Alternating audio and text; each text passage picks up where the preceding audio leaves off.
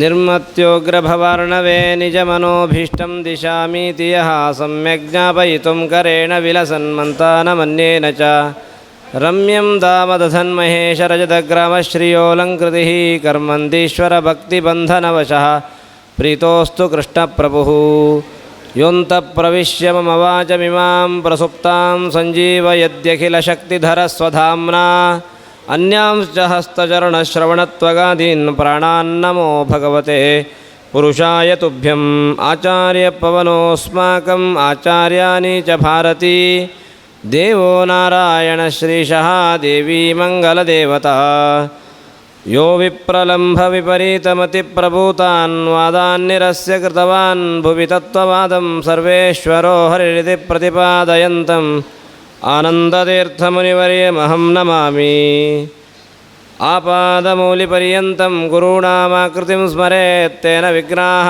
ಪ್ರಣಶ್ಯಂತಿ ಸಿದ್ಧ್ಯಂತಿ ಚ ಮನೋರಥಾಃ ತಪಸ್ವಾಧ್ಯಾಯ ಶುಶ್ರೂಷಾ ಕೃಷ್ಣಪೂಜಾರತಂ ಮುನಿಂ ವಿಶ್ವೇಶಮಿಷ್ಟದಂ ವಂದೇ ಪರಿವ್ರಾಟ್ ಚಕ್ರವರ್ತಿನಂ ಜನ್ಮಾದ್ಯಸ್ಯ ಯತೋನ್ಮಯಾದಿತರತಶ್ಚಾರ್ಥೇಷ್ವಭಿಜ್ಞಸ್ವರಾಟ್ ತೇನೇ ಬ್ರಹ್ಮಹೃದಾಯ ಆದಿಕವಯೇ ಮುಹ್ಯಂತಿ ಯಂ ಸೂರಯಃ ತೇಜೋ ವಾರಿಮೃದಾಂ ಯಥಾ ವಿನಿಮಯೋ ಯತ್ರ ತ್ರಿಸರ್ಗೋ ಮೃಷಾ ಧಾಮ್ನಾ ಸ್ವೇನ ಸದಾ ನಿರಸ್ತಕುಹಕಂ ಸತ್ಯಂ ಪರಂ ಧೀಮಹಿ. ಶ್ರೀ ಗುರುಭ್ಯೋ ನಮಃ. ಹರಿ ಓಂ.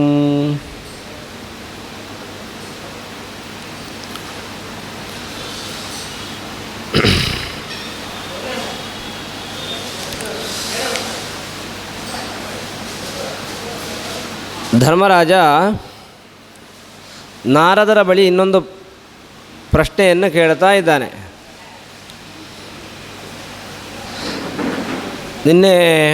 ನಿನ್ನೆಯ ಕಥಾಭಾಗದಲ್ಲಿ ದೇವರಿಗೆ ಯಾವುದೇ ವಿಧವಾದಂಥ ಪಕ್ಷಪಾತ ದೋಷ ಇಲ್ಲ, ಪಾರ್ಶ್ಯಾಲಿಟಿ ಇಲ್ಲ ಅಂತ. ಅವನು ಪಾರ್ಶ್ಯಾಲಿಟಿ ಮಾಡುವುದಿಲ್ಲ ಭಗವಂತ ಅಂತ. ಆದರೆ ಮಾಡಿದ್ದಾನಲ್ಲ ಅಂತ ಒಂದು ಪ್ರಶ್ನೆಯನ್ನು ಮಾಡ್ತಾ ಇದ್ದಾರೆ. ಶಿಶುಪಾಲನಿಗೆ ಆಗಬೇಕಾದರೆ ತುಂಬ ಸಭೆಯಲ್ಲಿಯೇ ನಿಂದನೆ ಮಾಡ್ತಾನೆ. ಕೃಷ್ಣ ಪರಮಾತ್ಮನನ್ನು ಎಷ್ಟು ನಿಂದನೆ ಮಾಡಬಹುದೋ ಅಷ್ಟು ನಿಂದನೆಯನ್ನು ಮಾಡ್ತಾನೆ ಶಿಶುಪಾಲ. ಅಷ್ಟು ನಿಂದನೆಯನ್ನು ಮಾಡಿದರೂ ಕೂಡ ಎಲ್ಲಿ ತನಕ ಅಂದರೆ ಅವನ ನಿಂದನೆಯನ್ನು ಕೇಳಲಿಕ್ಕಾಗದೆ ಯುದ್ಧ ಶುರುವಾಯಿತು. ಶಿಶುಪಾಲನಿಗೂ ಕೃಷ್ಣನಿಗೂ ಯುದ್ಧವೇ ಶುರುವಾಯಿತು. ಅಷ್ಟು ನಿಂದನೆ ಮಾಡ್ತಾನೆ. ಅಷ್ಟು ನಿಂದನೆ ಮಾಡಿದರೂ ಅವನಿಗೆ ತನ್ನ ಚಕ್ರದಿಂದ ಶಿಶುಪಾಲ ಶಿರಶ್ಛೇದ ದುರ್ಯೋಧನ ಕುಲಾಂತಕಃ, ಶಿಶುಪಾಲನ ಶಿರಸ್ಸನ್ನು ಛೇದನ ಮಾಡುವ ತನಕ ಕೃಷ್ಣ ಪ್ರವೃತ್ತಿಯನ್ನು ಮಾಡಿಬಿಡ್ತಾನೆ. ಅಷ್ಟು ಕೋಪ ತರಿಸ್ತಾನೆ ಶಿಶುಪಾಲ ನಿಂದನೆ ಮಾಡಿ. ಅಷ್ಟು ಮಾಡಿದರೂ ಕೂಡ ಶಿಶುಪಾಲನ ಶಿರಶ್ಛೇದ ಯಾವಾಗ ಆಗುತ್ತೋ ಅಲ್ಲಿಂದ ಶರೀರದಿಂದ ಒಂದು ತೇಜಸ್ಸು ಹೊರಗೆ ಬಂದು ಸೀದಾ ಕೃಷ್ಣನ ಒಳಗಡೆ ಸೇರಿಕೊಳ್ತು. ತೇಜಸ್ಸು ಅಂದರೆ ಜೀವ, ಅಂದರೆ ಶಿಶುಪಾಲನ ಸೋಲ್ ಅಂತೇನು ಹೇಳ್ತಾರೆ, ಜೀವ ಆತ್ಮ, ಅದು ಸೀದಾ ಹೋಗಿ ಕೃಷ್ಣನ ಒಳಗಡೆ ಸೇರಿಕೊಳ್ತು. ಈ ಪ್ರಸಂಗ ಏನಿದೆ ನನಗೆ ತುಂಬ ಆಶ್ಚರ್ಯ ಆಗ್ತಾ ಇದೆ. ತುಂಬ ದುಷ್ಟತನವನ್ನು ಮಾಡಿದವನಿಗೂ ಕೃಷ್ಣನ ಒಳಗೆ ಸೇರಿಕೊಳ್ಳೋದು ಅಂದರೆ ಏನಿದು? ನರಕಕ್ಕೆ ಹೋಗಬೇಕಿತ್ತಲ್ಲ, ಇದು ಯಾಕೆ ಅಂತ ಕೇಳಿದಾಗ ಯಾಕೆ ಶಿಕ್ಷೆ ಮಾಡಲಿಲ್ಲ, ಶಿಕ್ಷೆ ಕೊಡಲಿಲ್ಲ? ಈ ವಿಚಿತ್ರವಾದಂತಹ ನನಗೆ ಒಂದು ಈ ವ್ಯವಹಾರವೇ, ದೇವರ ವ್ಯವಹಾರ ಬಹಳ ವಿಚಿತ್ರವಾಗಿ ತೋರ್ತಾ ಇದೆ. ಶಿಶುಪಾಲನಿಗೆ ಅಷ್ಟು ತಪ್ಪು ಮಾಡಿದ್ದಾನೆ, ಶಿಕ್ಷೆ ಕೊಡಬೇಕಿತ್ತು. ಅದು ಬಿಟ್ಟು ತನ್ನ ಒಳಗಡೆ ತಾನು ಸೇರಿಸಿಕೊಂಡಿದ್ದಾನೆ, ಇದು ಹೇಗೆ ಸರಿ ಅಂತ ಪ್ರಶ್ನೆ ಮಾಡಿದಾಗ ಇನ್ನೂ ಒಂದು ಇದರಲ್ಲಿ ಒಂದು ಸಂದೇಹ ಬರ್ತದೆ. ಒಂದು ರೀತಿ ಶಿಶುಪಾಲನಿಗೆ ಮೋಕ್ಷ ಆದಂತೆ, ದೇವರ ಒಳಗಡೆ ಹೋಗಿ ಸೇರಿಕೊಳ್ಳುವುದು ಅಂದರೆ ಮೋಕ್ಷ ಆದಂತೆ. ಯಾರಾದರೂ ದ್ವೇಷದಿಂದ ಮೋಕ್ಷ ಆಗುವುದು ಕಂಡಿದೆಯಾ ಲೋಕದಲ್ಲಿ? ಶಾಸ್ತ್ರದಲ್ಲಿ ಪ್ರೀತಿಯಿಂದ ಮೋಕ್ಷ ಆಗುತ್ತೆ, ಭಗವತ್ ಪ್ರೇಮದಿಂದ ಮೋಕ್ಷ ಆಗೋದು ಇದೆ.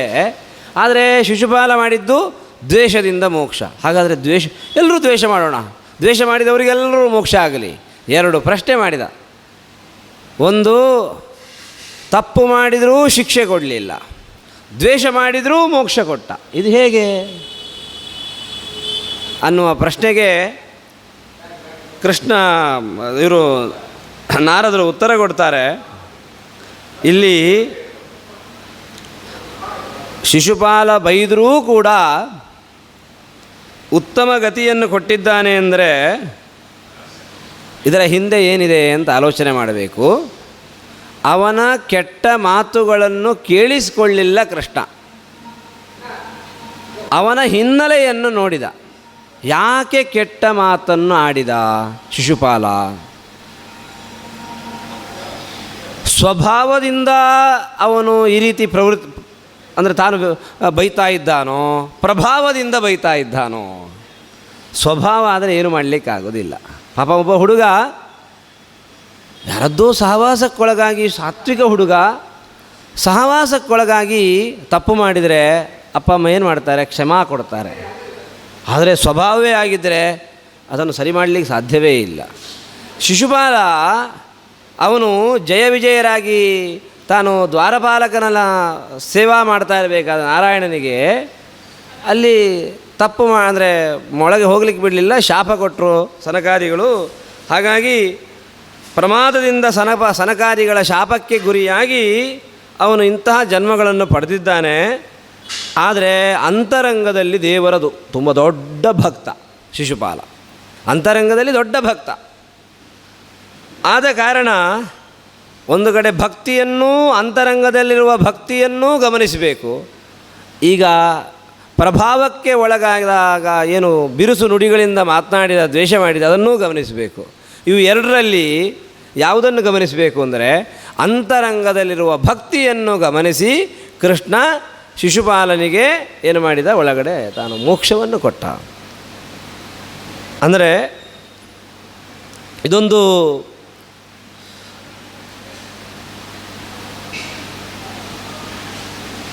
ಬಹಳ ದೊಡ್ಡ ಉದಾಹರಣೆ. ಭಕ್ತರನ್ನು, ದೇವರ ಭಕ್ತರನ್ನು ಯಾವತ್ತೂ ಕೂಡ ಕೈ ಬಿಡುವುದಿಲ್ಲ ಅನ್ನೋದಕ್ಕೆ ಇದು ದೊಡ್ಡ ನಿದರ್ಶನ. ನಾವು ಇನ್ನೊಬ್ಬರ ಪ್ರಭಾವಕ್ಕೆ ಒಳಗಾಗಿ ತಪ್ಪು ಮಾಡುವಂಥ ಪ್ರಸಂಗಗಳು ಬರ್ತದೆ. ನಮ್ಮ ಮನೆಗಳಲ್ಲಿ ಗುರುಗಳ ಪ್ರಭಾವಕ್ಕೊಳಗಾಗಿ ಮಾಡಬಾರ್ದನ್ನು ಮಾಡುವಂಥ ಪ್ರಸಂಗ ಬರ್ಬೋದು, ಗಂಡನ ಪ್ರಭಾವಕ್ಕೊಳಗಾಗಿ ಮಾಡಬಾರ್ದ ಕೆಲವು ಬರ್ಬೋದು, ಅಥವಾ ಮಕ್ಕಳ ಪ್ರಭಾವಕ್ಕೆ ಒಳಗಾಗಿ ಏನೋ ಮಾಡಬಾರ್ದನ್ನು ಮಾಡಬೇಕಾದ ಪ್ರಸಂಗ ಬರ್ಬೋದು. ಆದರೆ ದೇವರು ಶಿಕ್ಷೆಯನ್ನು ಕೊಡಬೇಕಾದ್ರೆ ಒಳಗಿನ ಅಂತರಂಗವನ್ನು ಪರೀಕ್ಷೆ ಮಾಡಿ ನಮಗೆ ಅದಕ್ಕೆ ಸರಿಯಾದ ಫಲವನ್ನು ಕೊಡ್ತಾನೆ ಅನ್ನೋದಕ್ಕೆ ಇದು ದೊಡ್ಡ ನಿದರ್ಶನ ಆಗ್ತದೆ. ಭಗವಂತ ಯಾರು ನೀತಿ ನಿಯಮಗಳನ್ನು ಅನುಸರಿಸಿ ನಡೀತಾರೋ ಅವರನ್ನು ರಕ್ಷಣೆ ಮಾಡ್ತಾನೆ, ಅದನ್ನು ಉಲ್ಲಂಘನೆಯನ್ನು ಯಾರು ಮಾಡ್ತಾರೋ ಅವರನ್ನು ನಾಶ ಮಾಡ್ತಾನೆ. ಹಾಗಾಗಿ ಶಿಶುಪಾಲ ಕೆಲವರಿಗೆ ಗೊಂದಲ ಉಂಟಾಗ್ಬೋದು, ದ್ವೇಷದಿಂದ ಮೋಕ್ಷ ಆಗುತ್ತೆ ಅಂತ. ಖಂಡಿತವಾಗಿಯೂ ಸಾಧ್ಯ ಇಲ್ಲ. ಯಾಕೆಂದರೆ ದ್ವೇಷ ಮಾಡಬೇಕಾದರೂ ಏಕಾಗ್ರತೆ ಬೇಕು. ಹಾಗಾಗಿ ಏಕಾಗ್ರತೆಯೇ ಮೋಕ್ಷಕ್ಕೆ ಕಾರಣ, ಭಕ್ತಿ ಕಾರಣ ಅಲ್ಲ ಅನ್ನುವಂಥ ಒಂದು ಯಾಕೆಂದರೆ ಭಕ್ತಿಯಲ್ಲೂ ಏಕಾಗ್ರತೆ ಇದೆ, ದ್ವೇಷದಲ್ಲೂ ಏಕಾಗ್ರತೆ ಇದೆ. ಹಾಗಾಗಿ ಮೋಕ್ಷಕ್ಕೆ ಕಾರಣ ಯಾವುದು? ಏಕಾಗ್ರತೆಯೇ ಮೋಕ್ಷಕ್ಕೆ ಕಾರಣ. ಜ್ಞಾನ, ಭಕ್ತಿ ಇದು ಯಾವುದೂ ಮೋಕ್ಷಕ್ಕೆ ಕಾರಣ ಅಲ್ಲ ಅನ್ನುವಂಥದ್ದು ಈ ಪ್ರಸಂಗದಿಂದ ಮೇಲ್ನೋಟಕ್ಕೆ ಕಾಣ್ತದೆ. ಆದರೆ ಶಿಶುಪಾಲನ ವಧೆ ಪ್ರಸಂಗದಿಂದ ಮೇಲ್ನೋಟಕ್ಕೆ ಕಂಡಂತೆ ಏಕಾಗ್ರತೆ ಮೋಕ್ಷಕ್ಕೆ ಕಾರಣ ಅಲ್ಲ, ಹೊರತು ಭಕ್ತಿಯೇ ಮೋಕ್ಷಕ್ಕೆ ಕಾರಣ ಅನ್ನುವಂಥದ್ದನ್ನು ನಿರೂಪಣೆ ಮಾಡ್ತಾರೆ. ಭಕ್ತಿಯಿಂದಲೇ ಮೋಕ್ಷ. ಭಕ್ತಿ ಆದರೆ ವಸ್ತುತಃ ಭಕ್ತಿ ಏಕಾಗ್ರತೆ ಆದರೆ ಸುಲಭ. ಭಕ್ತಿ ಮಾಡೋದು ಅಂದರೆ ಭಕ್ತಿ ಬರಬೇಕು ಅಂತಾದರೆ ಉಪವಾಸ ಮಾಡಬೇಕು, ಧ್ಯಾನ ಮಾಡಬೇಕು, ತಪಸ್ಸು ಮಾಡಬೇಕು. ದ್ವೇಷ ಅಂದರೆ ತುಂಬ ಸುಲಭ, ಸ್ವೇಚ್ಛಾಚಾರಿಗಳಾಗಿದ್ದರೆ ಸಾಕು. ಹಾಗಿದ್ದಿರಬೇಕಾದ್ರೆ ಅಂದರೆ ಈ ರೀತಿ ಸಂಶಯಪಟ್ಟಾಗ ಖಂಡಿತವಾಗಿಯೂ ದ್ವೇಷದಿಂದ ಮೋಕ್ಷಕ್ಕೆ ಅವಕಾಶ ಇಲ್ಲ, ಭಕ್ತಿಯಿಂದಲೇ ಮೋಕ್ಷ ಆಗುವಂಥದ್ದು ಅಂತ ಹೇಳಿ ಈ ರೀತಿ ಶಿಶುಪಾಲನಿಗೆ ಮೋಕ್ಷ ಕೊಟ್ಟವನು ಶ್ರೀಕೃಷ್ಣ ಪರಮಾತ್ಮ. ಇದಾದ ನಂತರ ನಾರದರು ಪುನಃ ಕೇಳ್ತಾರೆ, ಸರಿ ಜಯ ವಿಜಯರಿಗೆ ಶಾಪ ಏನು ಬಂತು? ಈ ಶಾಪ ಯಾರ ಶಾಪ ಅದು? ಅಂದರೆ ಶಾಪದ ಪ್ರಭಾವ ಹರಿಭಕ್ತರಿಗೂ ಆಗುವುದಂತೂ ಉಂಟಾ? ಹರಿಭಕ್ತರಿಗೆ ಶಾಪದ ಪ್ರಭಾವ ಹೇಗಾಗಲಿಕ್ಕೆ ಸಾಧ್ಯ ಅಂತ ನಾರದರು ನಾರದರು ಹೇಳ್ತಾರೆ, ಹಿರಣ್ಯಾಕ್ಷನನ್ನು ಪರಮಾತ್ಮ ವರಾಹಾವತಾರದಿಂದ ಸಂಹಾರ ಮಾಡಿದ ಕಥೆಯನ್ನು ಹೇಳ್ತಾರೆ ಇಲ್ಲಿ. ಹಿರಣ್ಯಾಕ್ಷನನ್ನು ವರಾಹರೂಪಿ ಪರಮಾತ್ಮ ಸಂಹಾರ ಮಾಡ್ತಾನೆ.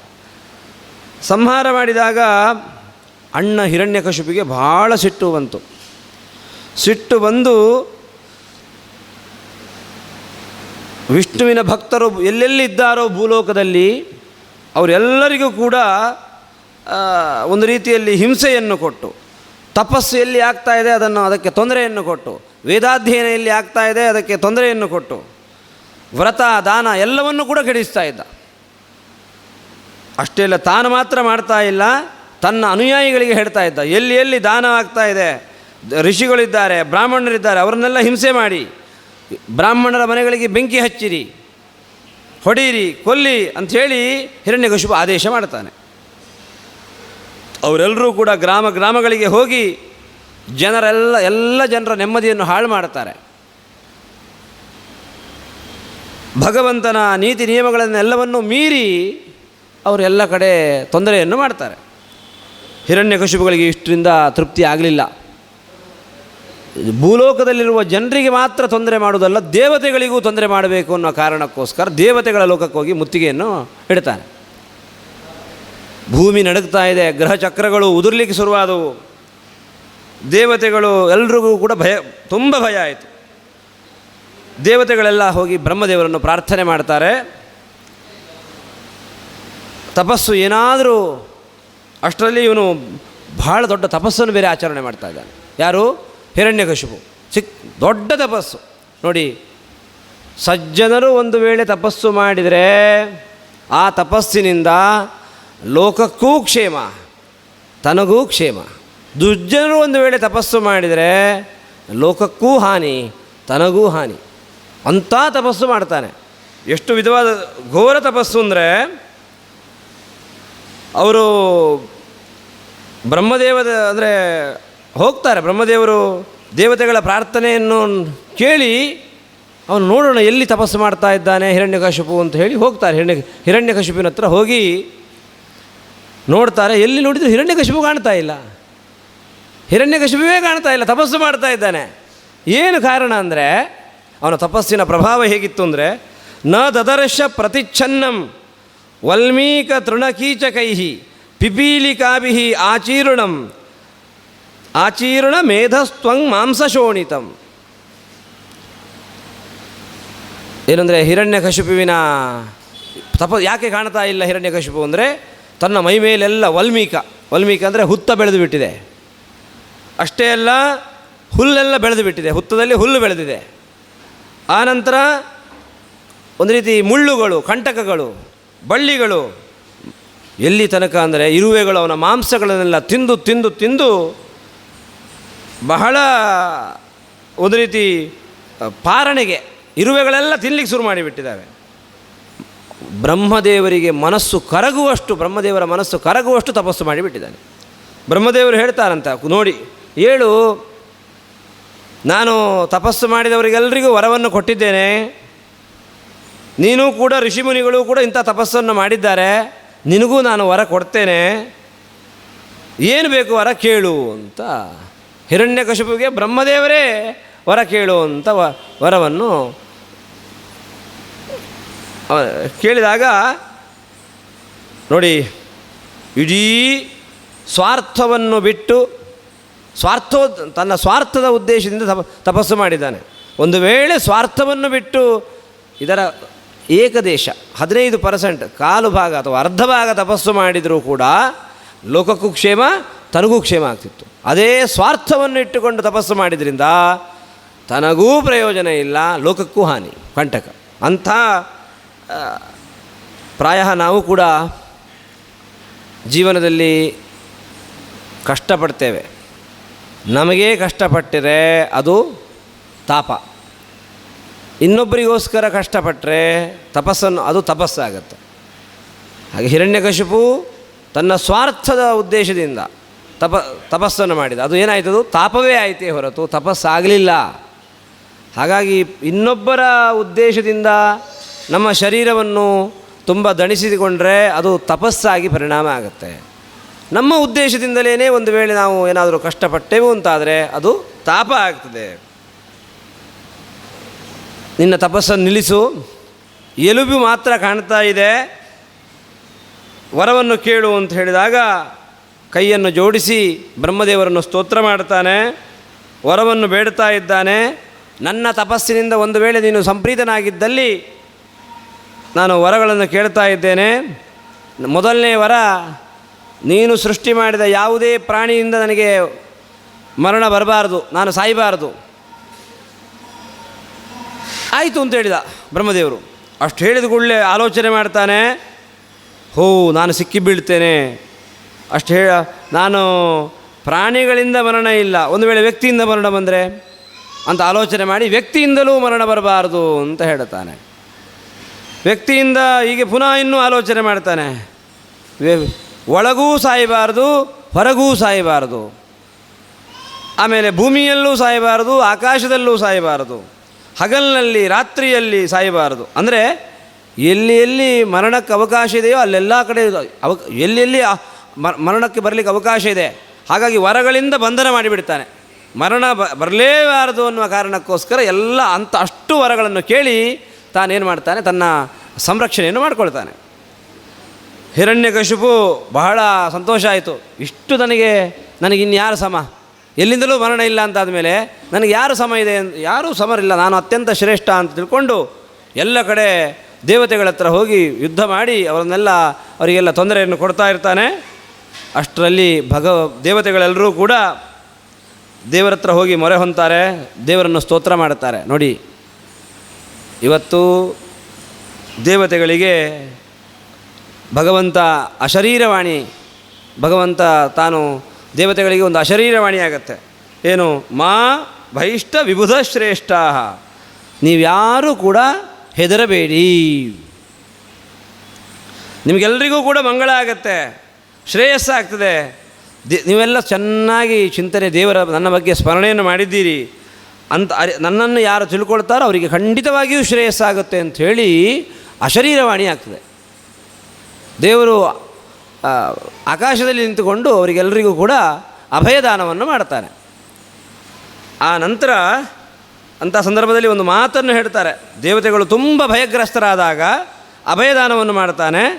ಸ್ವಲ್ಪ ಕಾಲ ನಿರೀಕ್ಷೆ ಮಾಡಿ, ಒಂದು ಮಾತನ್ನು ಹೇಳ್ತಾನೆ, ಸ್ವಲ್ಪ ಕಾಲ ನಿರೀಕ್ಷೆ ಮಾಡಿ. ಯಾವತ್ತೂ ಕೂಡ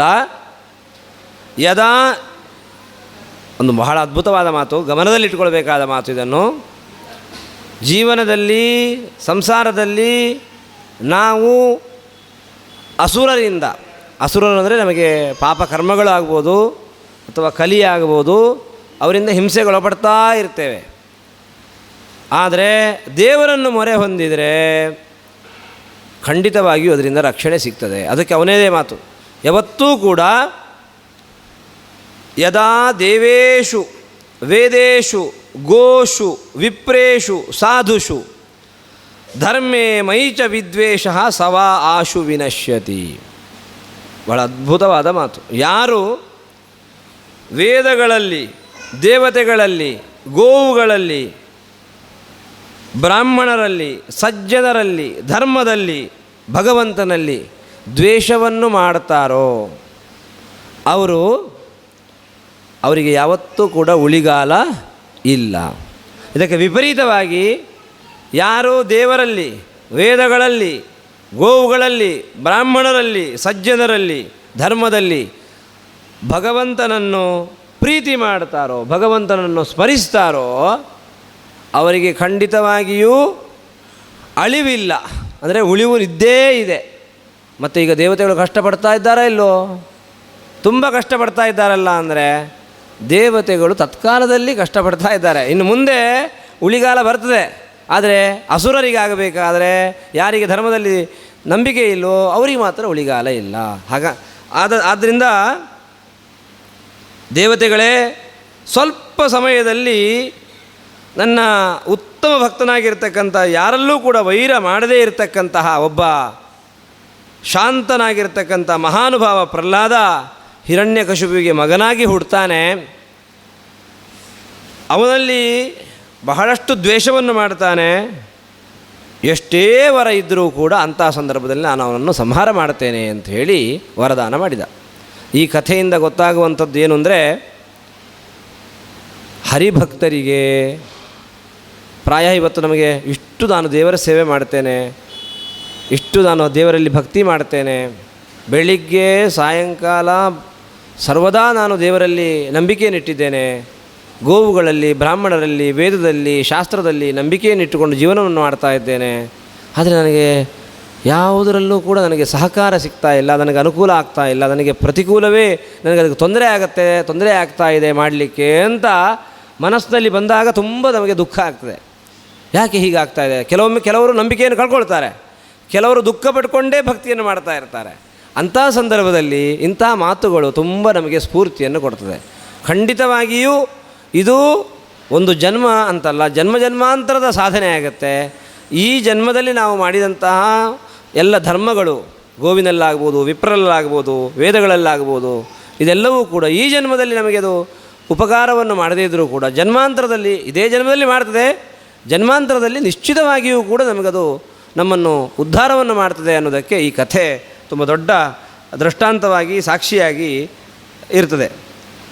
ಇಂತಹ ಹಿರಣ್ಯಕಶಿಪುವಿಗೆ 4 ಜನ ಮಕ್ಕಳು ಹುಟ್ಟಿದ್ದಾರೆ. ಅದರಲ್ಲಿ ಒಬ್ಬ ಪ್ರಹ್ಲಾದ, ಬಹಳ ಸದ್ಗುಣ. ಅವನ ಗುಣಗಳು ಎಷ್ಟಿತ್ತು ಅಂದರೆ, ನಾವೆಲ್ಲ ಇವತ್ತು ಆ ಗುಣಗಳನ್ನು ಅನುಸರಿಸಲೇಬೇಕಾಗಿರ್ತಕ್ಕಂಥ ಆದರ್ಶ ಗುಣಗಳು. ಪ್ರಹ್ಲಾದನಲ್ಲಿ ವಿನಯ, ಪ್ರಾಮಾಣಿಕತೆ, ಭಕ್ತಿ, ಅದಕ್ಕಿಂತಲೂ ಹೆಚ್ಚು ದೊಡ್ಡವರು ಬಂದಾಗ ಸೇವಕನಂತೆ ಪಾದ ಮುಟ್ಟಿ ನಮಸ್ಕಾರ ಮಾಡ್ತಾ ಇದ್ದ. ಯಾರು ಬಂದರೂ ಕೂಡ ನೋಡಿ, ಎಂಥ ರಾಜನ ಮಗ ಅವನು. ರಾಜನ ಮಕ್ಕಳಿಗೆ ಸಹಜವಾಗಿ ನಾನು ರಾಜನ ಮಗ ಅನ್ನುವಂಥ ಒಂದು ಹಮ್ಮಿ ಇರ್ತದೆ. ಆದರೆ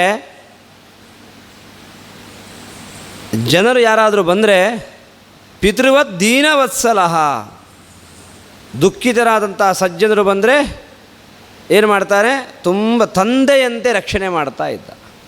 ಇದು ಇವತ್ತು ನಾನು ಇಂಥವರ ಮಗ ಅಂತ ನನಗೊಂದು ಏನಾದರೂ ಒಂದು ಹಣೆಪಟ್ಟಿ ಬಂತು ಅಂತ ತಿಳ್ಕೊಳ್ಳಿ, ನಾನು ನಿಮ್ಮನ್ನು ನೋಡುವಂಥ ದೃಷ್ಟಿಯೇ ಬೇರೆ ಇರ್ತದೆ ಲೋಕದಲ್ಲಿ. ಒಳ್ಳೆಯ ಗುಣಗಳನ್ನು ಯಾರು ಹೊಂದಿರ್ತಾರೋ ಅವರು ಪ್ರಾಯ ಯಾವುದೇ ವಿಧವಾದ ಉಪಾಧಿಗಳು, ಅಂಥವರ ಮಗ, ಇಂತಹಕ್ಕೆ ಅಧಿಪತಿ, ಈ ಅಧಿಕಾರ, ಇಂಥವರ ನಾನು ಮಗ, ಇದು ಯಾವುದೂ ಕೂಡ ಅವನ ಜೀವನದಲ್ಲಿ ಅದು ಪ್ರಭಾವ ಬೀರುವುದಿಲ್ಲ. ಅವನ ವಾಸ್ತವಿಕವಾಗಿರ್ತಕ್ಕಂಥ ಒಳಗಡೆ ಇರತಕ್ಕಂಥ ಅಂತರಂಗದಲ್ಲಿರ್ತಕ್ಕಂತಹ ಒಳ್ಳೆಯ ಗುಣಗಳು ಪ್ರಭಾವವನ್ನು ಬೀರ್ತದೆ. ಹಾಗಾಗಿ ಅವರಿಗೆ ಪ್ರತಿಬಂಧಕ ಆಗೋದಿಲ್ಲ. ಇವತ್ತು ನಾವು ನೋಡ್ತೇವೆ, ಕೆಲವರು ತುಂಬ ದರಿದ್ರರಾಗಿರ್ತಾರೆ, ಅವರಿಗೆ ತುಂಬ ಹಿಂಜರಿಕೆ, ವಿದ್ಯೆಯನ್ನು ಸಂಪಾದನೆ ಮಾಡಲಿಕ್ಕೆ ನಾನು ತುಂಬ ದರಿದ್ರನಾಗಿದ್ದೇನೆ ಅನ್ನೋ ಹಿಂಜರಿಕೆ. ತುಂಬ ದೊಡ್ಡ ಉನ್ನತ ಅಧಿಕಾರದಲ್ಲಿರುವ ಮಕ್ಕಳು, ಅದೇ ಪ್ರತಿಬಂಧಕ ಅವನಿಗೆ ವಿದ್ಯೆ ಸಂಪಾದನೆ ಮಾಡಲಿಕ್ಕೆ, ನಾನು ಅಂಥವರ ಮಗ ಇದ್ದೇನೆ ಅಂಥೇಳಿ ಅವನದನ್ನು ತುಂಬ ತಿರಸ್ಕಾರ ಬುದ್ಧಿಯಿಂದ ಪ್ರವೃತ್ತಿಯನ್ನು ಮಾಡ್ತಾನೆ. ಹಾಗಾಗಿ ಅಧಿಕಾರವೂ ಅದು ತೊಂದರೆಗೆ ಕಾರಣ ಆಗುತ್ತೆ. ಇನ್ನು ಕೆಲವೊಮ್ಮೆ ದಾರಿದ್ರ್ಯವೂ ತೊಂದರೆಗೆ ಕಾರಣ.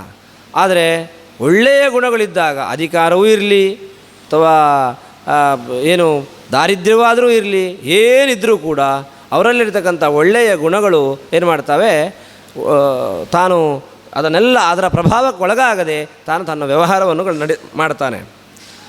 ಈ ರೀತಿ ಪ್ರಹ್ಲಾದನಲ್ಲಿ ಇಷ್ಟೆಲ್ಲ ಒಳ್ಳೆಯ ಗುಣಗಳಿದ್ದರೂ ಕೂಡ ಮಾನಸ್ತಂಭ ವಿವರ್ಜಿತ, ಅಹಂಕಾರ ಇರಲಿಲ್ಲ, ಮಾತ್ಸರ್ಯ ಇರಲಿಲ್ಲ, ದರ್ಪ ಇರಲಿಲ್ಲ. ಇಂತಹ ಹಿರಣ್ಯಕಶಿಪುವಿಗೆ ಇಂಥ ಮಗನಾಗಿ ಹುಟ್ಟಿದ್ದಾನೆ. ನಾರದರು ಇನ್ನೊಂದು ಪ್ರಶ್ನೆಯನ್ನು ಕೇಳ್ತಾರೆ.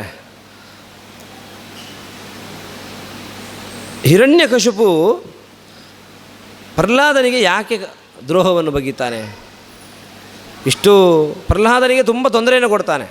ತನ್ನ ಮಗನನ್ನು ಕುರಿತು ದ್ರೋಹವನ್ನು ಯಾಕೆ ಮಾಡ್ತಾನೆ?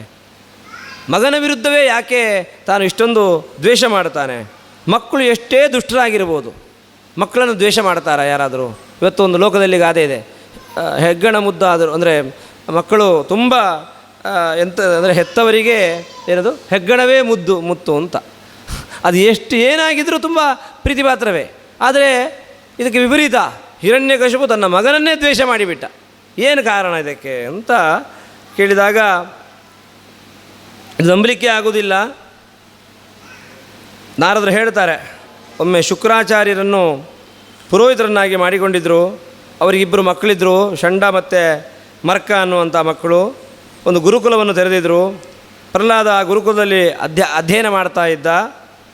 ಆ ಗುರುಗಳ ಪಾಠ ಇವನಿಗೆ ರುಚಿಸ್ತಾ ಇರಲಿಲ್ಲ ಪ್ರಹ್ಲಾದನಿಗೆ. ಒಂದು ದಿವಸ ಪ್ರಹ್ಲಾದ ಹಿರಣ್ಯಕಶಿಪು ತಾನು ತನ್ನ ತೊಡೆಯಲ್ಲಿ ಕೂಡಿಸಿಕೊಂಡು ಎಲ್ಲಿ ತನಕ ಓದಿದ್ದಿ ನೀನು ಅಂತ ಕೇಳ್ತಾನೆ.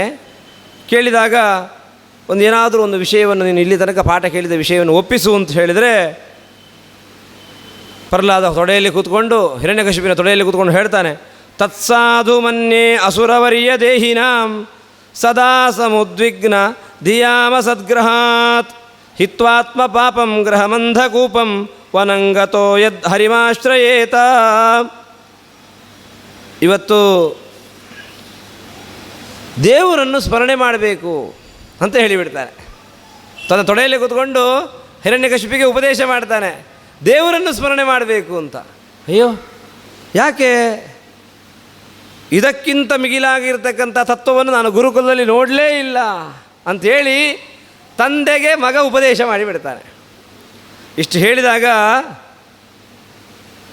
ಮಗನ ನುಡಿಯನ್ನು ಕೇಳಿ ಹಿರಣ್ಯಕಶಿಪಿಗೆ ತುಂಬ ಕಷ್ಟ ಆಯಿತು. ಗುರುಗಳನ್ನು ಕರೀತಾನೆ.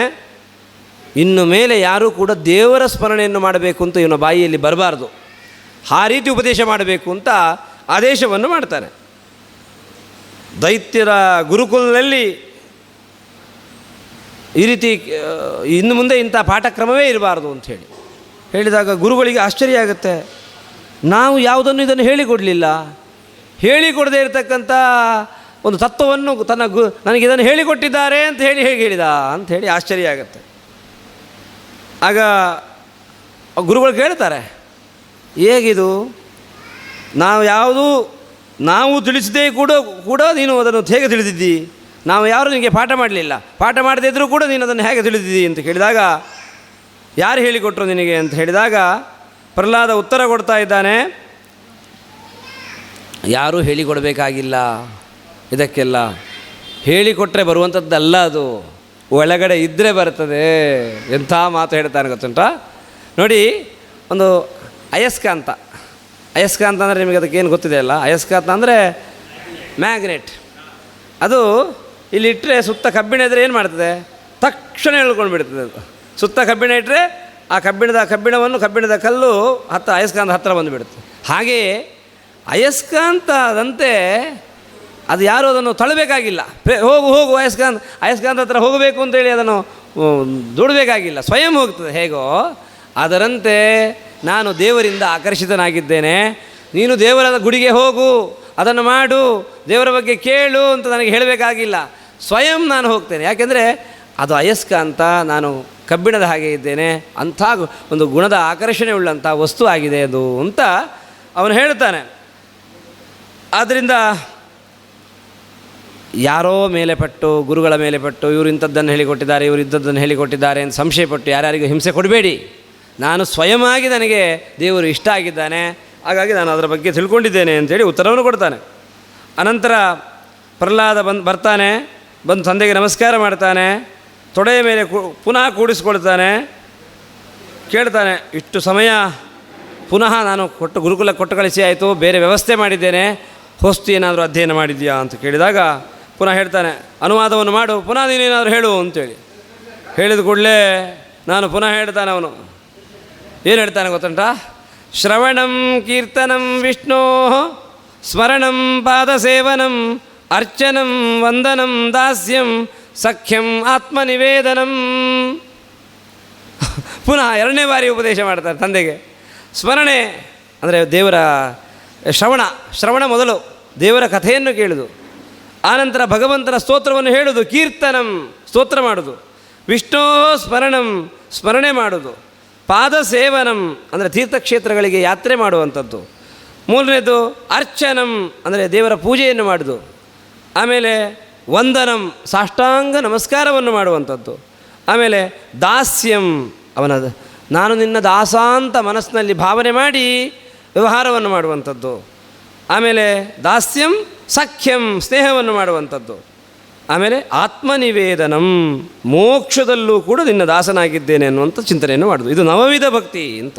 ಈ ಮಾತು ಕೇಳಿ ಹಿರಣ್ಯಕಶಿಪುವಿಗೆ ತುಂಬ ದುಃಖ ಆಯಿತು, ದ್ವೇಷ ಬಂದು, ಕೋಪ ಬಂತು.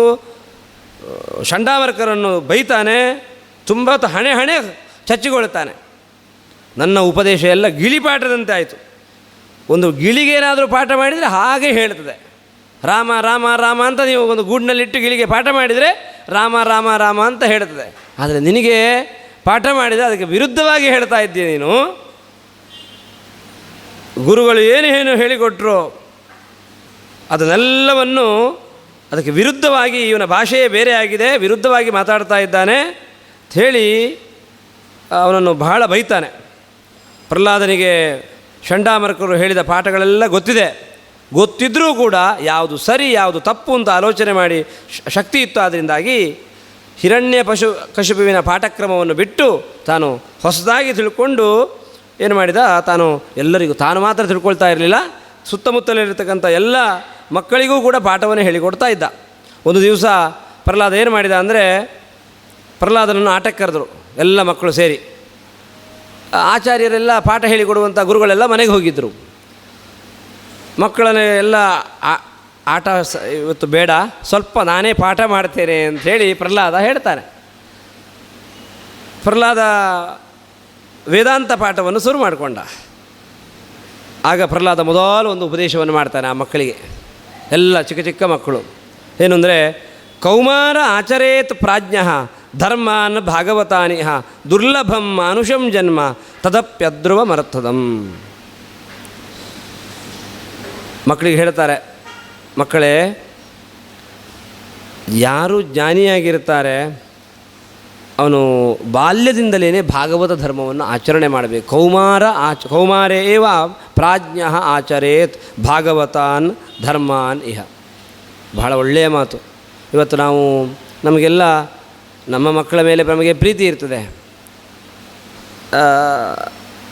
ಪ್ರೀತಿಯಿಂದಾಗಿ ಏನು ಹೇಳ್ತೇವೆ, ಬೇಗ ಬೆಳಿಗ್ಗೆಯಿಂದ ಶುರುವಾಗುತ್ತೆ, 7 ಶುರುವಾಗುತ್ತೆ. ಒಂದು 7 ಗಂಟೆಗೆ ಎದ್ದರೆ ಸಾಕು. ಆನಂತರ ಎದ್ದು ದೇವರಿಗೊಂದು ನಮಸ್ಕಾರ ಮಾಡಬೇಕು ಅಂತ ನಮ್ಮಲ್ಲಿ ಸಂಪ್ರದಾಯ ಇದೆ. ಪರವಾಗಿಲ್ಲ, ಈಗ ಚಿಕ್ಕವನು, ಇನ್ನು ಸ್ವಲ್ಪ ದೊಡ್ಡವನಾಗ್ತಾನೆ, ಅದು ಅಭ್ಯಾಸ ಆಗಿಬಿಡ್ತದೆ. ಅಭ್ಯಾಸ ಆಗಿ ಅದರಲ್ಲಿ ಅದಕ್ಕೆ ತುಂಬ ಹೊಂದಿಕೊಂಡಿರ್ತಾರೆ. ಅದೇನಾಗ್ತದೆ, ಕೊನೆಗೆ ಬಾಲ್ಯದಲ್ಲಿ ಸರಿ ಮಾಡಲಿಕ್ಕೆ ಆಗದೇ ಇದ್ದದ್ದು ಕೊನೆಗೆ ಅದನ್ನು, ಅಂದರೆ ಗಿಡವಾಗಿ ಬಗ್ಗದ್ದು ಮರವಾಗಿ ಬಗ್ಲಿಕ್ಕೆ ಹೇಗೆ ಸಾಧ್ಯ ಅನ್ನೋದಕ್ಕೂ ಆಗಲಿಕ್ಕೆ ಸಾಧ್ಯ ಇಲ್ಲ. ಅದರಿಂದಾಗಿ ಬಾಲ್ಯದಲ್ಲಿಯೇ ನಾವು ಅವರನ್ನು ಅಭ್ಯಾಸ ಮಾಡಬೇಕು ಅನ್ನೋದಕ್ಕೆ ಈ ಮಾತು ಬಹಳ ಪ್ರಮುಖ ಆಗುತ್ತೆ. ಕೌಮಾರ ಆಚರೇತ್ ಪ್ರಾಜ್ಞ ಧರ್ಮಾನ್ ಭಾಗವತಾನಿಹ ದುರ್ಲಭಂ ಮಾನುಷಂ ಜನ್ಮ ತದಪ್ಯಧ್ರುವಮರ್ಥದಂ. ಅಂದರೆ ಮನುಷ್ಯ ಜನ್ಮ ಅತ್ಯಂತ ದುರ್ಲಭವಾದದ್ದು ಅಂತ ಈ ಮಾತು ಕೂಡ ಆಲೋಚನೆ ಮಾಡಬೇಕಾದದ್ದು. ಮನುಷ್ಯ ಜನ್ಮ ದುರ್ಲಭ, ಬೇಕು ಅಂದರೆ ಬರುವಂಥದ್ದು ಅಲ್ಲ ಮನುಷ್ಯ ಜನ್ಮ. ಎಷ್ಟೋ ಜನ್ಮಗಳು ಬಂದ ನಂತರ ಜನ್ಮಾಂತರದ ಪುಣ್ಯ ವಿಶೇಷದಿಂದಾಗಿ ಮನುಷ್ಯ ಜನ್ಮ ಬಂದಿರ್ತದೆ. ಅದನ್ನು ಸಾರ್ಥಕ ಮಾಡಿಕೊಳ್ಬೇಕಾದ್ರೆ ಅವಶ್ಯವಾಗಿ ನಾವು ಬಾಲ್ಯಾವಸ್ಥೆಯಿಂದಲೇ ನಾವು ಭಾಗವತ ಧರ್ಮಗಳನ್ನು ಅನುಷ್ಠಾನ ಮಾಡಬೇಕು ಅಂತ ಆ ಮಕ್ಕಳಿಗೆ ಉಪದೇಶವನ್ನು ಮಾಡ್ತಾನೆ. ಅಂದರೆ ನೋಡಿ, ಮನುಷ್ಯರಿಗೆ ಒಟ್ಟು 100 ವರ್ಷ ಆಯುಷ್ಯ. 100 ವರ್ಷ ಆಯುಷ್ಯದಲ್ಲಿ ನಿದ್ರೆಗೋಸ್ಕರ 50 ವರ್ಷವನ್ನು ಕಳೀತೇವೆ ಪ್ರಾಯ. ಆನಂತರ ಬಾಲ್ಯ ಮತ್ತು ಕೌಮಾರದಲ್ಲಿ ಆಟಕ್ಕೋಸ್ಕರ ಒಂದು 20 ವರ್ಷ ಕಳೆದು ಹೋಗುತ್ತೆ. ಅಂತ್ಯಕಾಲದಲ್ಲಿ ದೇಹವು ಶಿಥಿಲವಾಗ್ತದೆ, ಅಲ್ಲಿಯೂ ಕೂಡ ಒಂದು 20 ವರ್ಷಗಳು ಕಳೆದು ಹೋಗ್ತವೆ. ಸ್ವಲ್ಪ ಸಮಯ ಉಳಿದಿರ್ತದೆ, ಹೆಂಡತಿ ಮಕ್ಕಳು ಮಿತ್ರರು ಅಂಥೇಳಿ ಅವರೊಟ್ಟಿಗೆ ಕಾಲ ಹೋಗ್ತದೆ. ಈ ಅಸ್ಥಿರವಾದ ಬದುಕಿನಲ್ಲಿ ಯಾವಾಗ ಬೇಕಾದರೂ ಪ್ರಾಣ ಪಕ್ಷಿ ಹಾರಿ ಹೋಗ್ಬೋದು, ಅದು ಯಾರಿಗೂ ಗೊತ್ತಿಲ್ಲ. ಇಂತಹ ಒಂದು ವಿಚಿತ್ರವಾದಂಥ ಸ್ಥಿತಿಯಲ್ಲಿ ನಾವು ತಮ್ಮನ್ನು ತಾವೇ ಮಾರಿಕೊಳ್ಳುವಂಥ ಒಂದು ಪರಿಸ್ಥಿತಿ ಇವತ್ತು ಇದೆ. ಹಾಗಾಗಿ ಅಧ್ರುವ ಅಂದರೆ ಅದು ತಮ್ಮ ಜೀವನ ಅನ್ನುವಂಥದ್ದು ನಿಶ್ಚಿತ ಅಲ್ಲ, ಇಲ್ಲಿ ತನಕ ನಾವು ಬದುಕ್ತೇವೆ ಅನ್ನೋದು ಅಲ್ಲ. ಹಾಗಾಗಿ ಇದನ್ನು ಅರಿತುಕೊಂಡು ನಾವು ಬಾಲ್ಯದಿಂದಲೇ ಭಾಗವತ ಧರ್ಮಗಳನ್ನು ಅನುಷ್ಠಾನವನ್ನು ಮಾಡಬೇಕು ಅಂತ ಹೇಳಿ ತಾನು ಉಪದೇಶವನ್ನು ಮಾಡ್ತಾನೆ.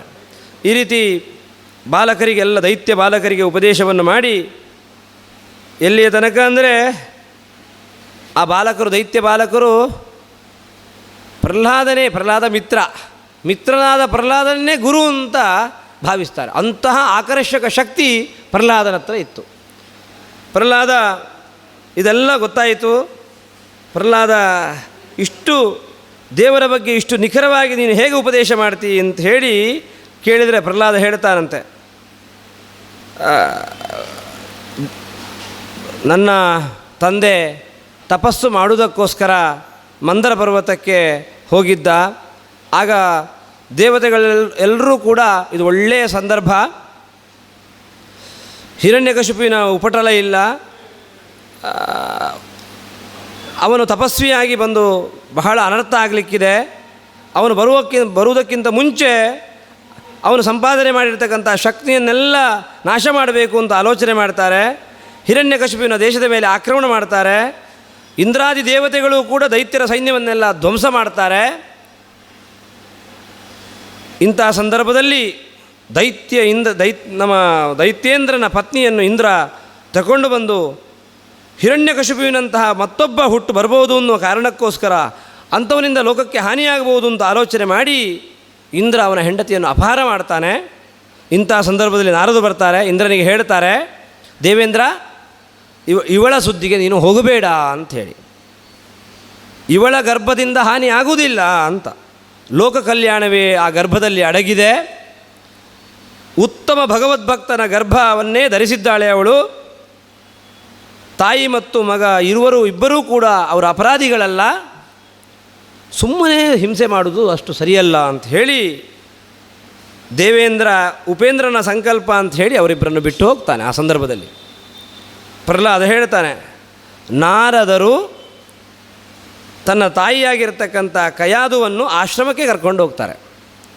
ಹೋಗಿ ತಾಯಿ ಏನು ಮಾಡ್ತಾಳೆ, ಆಶ್ರಮದಲ್ಲಿ ಎಲ್ಲ ಆಶ್ರಮದಲ್ಲಿರ್ತಕ್ಕಂಥ ಹಿರಿಯರ ಸೇವೆಯನ್ನು ಮಾಡ್ತಾಳೆ ಕಯಾದು. ನಾರದರ ಕರುಣೆಯೂ ಹರಿತು ಅವರ ಮೇಲೆ. ಗರ್ಭದಲ್ಲಿ ಪ್ರಹ್ಲಾದ ಇದ್ದಾನೆ. ನಾರದರು ಉಪದೇಶವನ್ನು ಮಾಡ್ತಾರೆ. ತಾಯಿ ಗರ್ಭಿಣಿಯಾಗಿದ್ದಾಗಲೇ ಸೇವೆಯನ್ನು ಮಾಡ್ತಾ ಇದ್ಲು, ಶ್ರವಣವನ್ನು ಮಾಡ್ತಾ ಇದ್ಲು.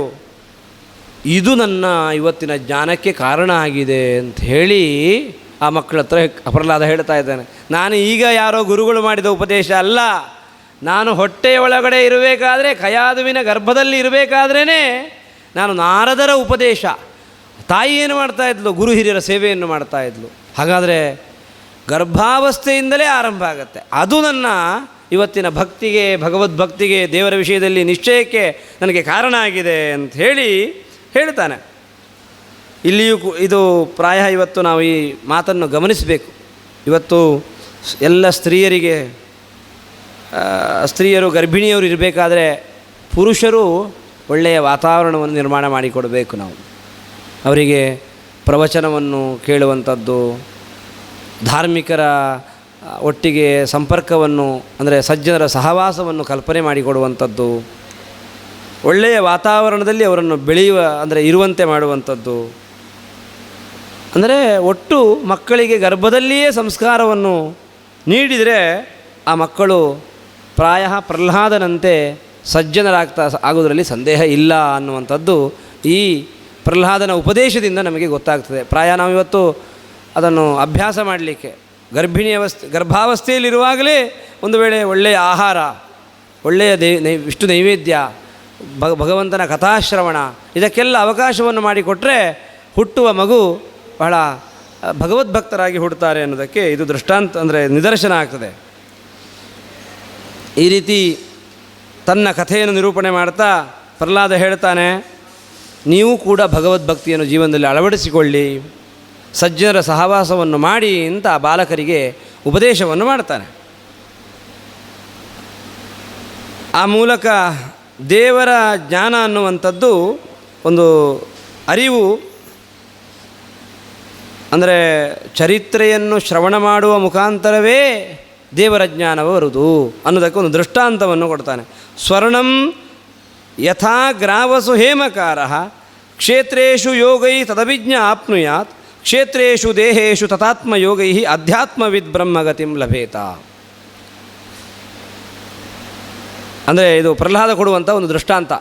ಏನು ದೃಷ್ಟಾಂತ ಅಂದರೆ, ಚಿನ್ನದ ಗಣಿಯಿಂದ ಚಿನ್ನವನ್ನು ತೆಗೀತಾರೆ, ನಮ್ಮ ಕಣ್ಣಿಗೆ ಕಾಣಿಸುವುದೇ ಇಲ್ಲ ಅದು. ಅದೇ ಸ್ಥಳದಲ್ಲಿ ಒಬ್ಬ ವಿಜ್ಞಾನಿ ಬಂದು ಆ ಮಣ್ಣನ್ನೆಲ್ಲ ತೆಗೆದರೆ ಅವನಿಗೆ ಆ ಕಲ್ಲು ಮಣ್ಣುಗಳ ಮಧ್ಯದಲ್ಲಿರ್ತಕ್ಕಂಥ ಚಿನ್ನವನ್ನು ಗುರುತಿಸಿ ಅದನ್ನು ಹೊರಗೆ ತೆಗಿಲಿಕ್ಕೆ ಬರುತ್ತದೆ. ಅದರಂತೆ ನಮಗೆಲ್ಲ ಈ ಜಗತ್ತು ಮಾತ್ರ ಕಾಣಿಸ್ತಾ ಇದೆ, ವಿಷಯ ಪದಾರ್ಥಗಳು ಎಲ್ಲ ಕಾಣಿಸ್ತಾ ಇವೆ. ಭೌತಿಕ ಪ್ರಪಂಚದಲ್ಲಿ ಅಡಗಿರ್ತಕ್ಕಂಥ ದೇವರನ್ನು ಯಾರು ಕಾಣಲಿಕ್ಕೆ ಸಾಧ್ಯ? ಯಾರಿಗೆ ಅಂಥದ್ದು ಇಲ್ಲಿ ಎಲ್ಲ ಸರ್ವಾಂತರ್ಯಾಮಿಯಾಗಿದ್ದಾನೆ ದೇವರು ಅನ್ನುವಂಥ ವಿಶೇಷ ಜ್ಞಾನ ಯಾರಿಗಿದೆಯೋ ಅವನಿಗೆ ಮಾತ್ರ ಕಾಣಲಿಕ್ಕೆ ಸಾಧ್ಯ ಇದೆ. ಆದ್ದರಿಂದ ತತ್ವಜ್ಞಾನಿಗಳು ಮಾತ್ರ ದೇವರನ್ನು ತಿಳಿತಾರೆ, ಅಲ್ಪಜ್ಞಾನಿಗಳು ದೇವರನ್ನು ತಿಳಿಲಿಕ್ಕೆ ಸಾಧ್ಯ ಇಲ್ಲ ಅಂತ. ಆದ್ದರಿಂದ ಶ್ರವಣವನ್ನು ನಾವು ಮಾಡಲೇಬೇಕು. ಶ್ರವಣವನ್ನು ಮಾಡುವುದರಿಂದ ದೇವರು ಎಲ್ಲ ಕಡೆ ಇದ್ದಾನೆ ಅನ್ನೋದನ್ನು ನಾವು ಮತ್ತೆ ಮತ್ತೆ ನೆನಪಿಸಿಕೊಳ್ಳಿಕ್ಕೆ ಸಾಧ್ಯ ಆಗ್ತದೆ. ಇದಕ್ಕೂ ಒಂದು ಉಪನಿಷತ್ನಲ್ಲಿ ಒಂದು ಸಂವಾದಿಯಾಗಿರ್ತಕ್ಕಂಥ ಒಂದು ಕಥೆ ಇದೆ. ಉದ್ಧಾಲಕರು ಶ್ವೇತಕೇತು ಹತ್ರ ಕೇಳ್ತಾರೆ, ದೇವರು ತಂದೆ ದೇವರು ಎಲ್ಲಿದ್ದಾನೆ? ಅದಕ್ಕೆ ತಂದೆ ಕೂಡಲೇ ಉತ್ತರ ಕೊಡುವುದಿಲ್ಲ. ಒಂದು ಪಾತ್ರೆಯಲ್ಲಿ ನೀರು ತಗೊಂಡು ಬಾ ಅಂತ ಹೇಳ್ತಾರೆ ಶ್ವೇತಕೇತು ಹತ್ರ. ಅದಕ್ಕೆ ಒಂದು ಸ್ವಲ್ಪ ಉಪ್ಪನ್ನು ಹಾಕು ಅಂತ ಹೇಳ್ತಾರೆ. ಹಾಕಿದ. ನಾಳೆ ಬಾ ನಾನು ಉತ್ತರ ಕೊಡ್ತೇನೆ ಅಂತ ಕಳಿಸ್ತಾನೆ ಶ್ವೇತಕೇತುವನ್ನು. ಮರುದಿವಸ ಬರ್ತಾನೆ, ಆ ಉಪ್ಪು ನೀರಿನ ಪಾತ್ರೆಯನ್ನು ತಗೊಂಡು ಬಾ ಅಂತ ಹೇಳ್ತಾನೆ. ತಂದೆ ಕೇಳ್ತಾರೆ, ನಿನ್ನೆ ಇದೇ ಪಾತ್ರೆಗೆ ನೀನು ಉಪ್ಪು ಹಾಕಿದೆಯಲ್ಲ? ಹೌದು. ಹಾಗಿದ್ರೆ ಆ ಉಪ್ಪನ್ನು ತೋರಿಸು ಅಂತ ಕೇಳ್ತಾನೆ.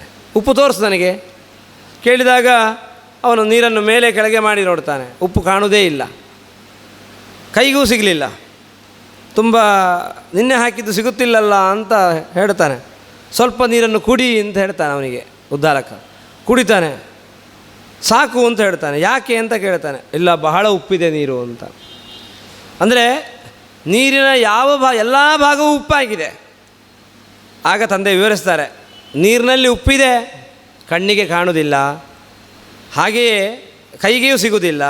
ಆದರೆ ನೀರಿನ ಕಣಗಳಲ್ಲೂ ಕೂಡ ಉಪ್ಪು ಇದೆ. ಹೇಗೋ ಅನುಭವಕ್ಕೆ ಬರ್ತಾ ಇದೆ. ಅದರಂತೆ ಭೌತಿಕ ಪ್ರಪಂಚದಲ್ಲಿ ಎಲ್ಲ ಕಡೆ ದೇವರಿದ್ದಾನೆ, ಆದರೆ ನಮ್ಮ ಕಣ್ಣಿಗೆ ಕಾಣುವುದಿಲ್ಲ, ಕೈಗೆ ಸಿಗುವುದಿಲ್ಲ. ಇಲ್ಲದಿದ್ದರೂ ಕೂಡ ಆ ವಸ್ತುವಿನಲ್ಲಿ ಅಂತಹ ಪರಶಕ್ತಿ ಇದೆ ಅಂತ ಹೇಳಿ ಉತ್ತರವನ್ನು ಕೊಡ್ತಾನೆ. ಈ ರೀತಿ ಭಗವಂತನನ್ನು ನೋಡಿ, ನಾವು ಕೂಡ